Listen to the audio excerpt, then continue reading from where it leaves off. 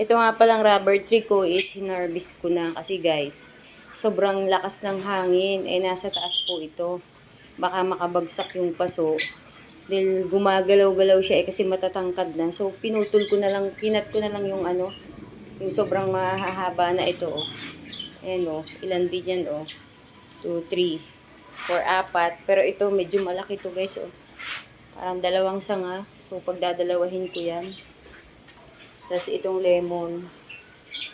Ano to white tineke. Yung imported. Ay, tricolor na tineke to. So, baka kasi guys makahulog. Kaya ikinat ko na. Itatanim ko na lang siya dyan, oh. Ayan. So, sana mabuhay din. Tatanim natin yan guys. Para mapadami na rin.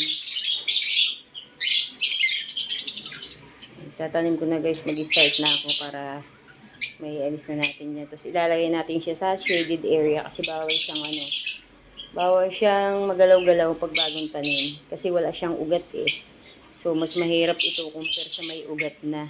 Challenge ang magtanim ito guys pag walang ugat. Hindi kagaya ng may mga minarkot mo na pinaugat mismo sa puno niya.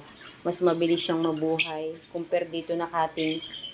So, let's go na guys, magtanim na tayo. Ito na siya guys, tapos na tayong magtanim. Ayan, bali ilang paso yan, 5. So, ang ginawa ko guys, para mas mabilis mag-ugat, sana effective yun. Pinahiran ko sila ng aloe vera. Tapos yung buong katawan niya na tinanggal ko yung balat, binalutan ko siya ng aloe vera mismo, isinama ko sa pagtanim.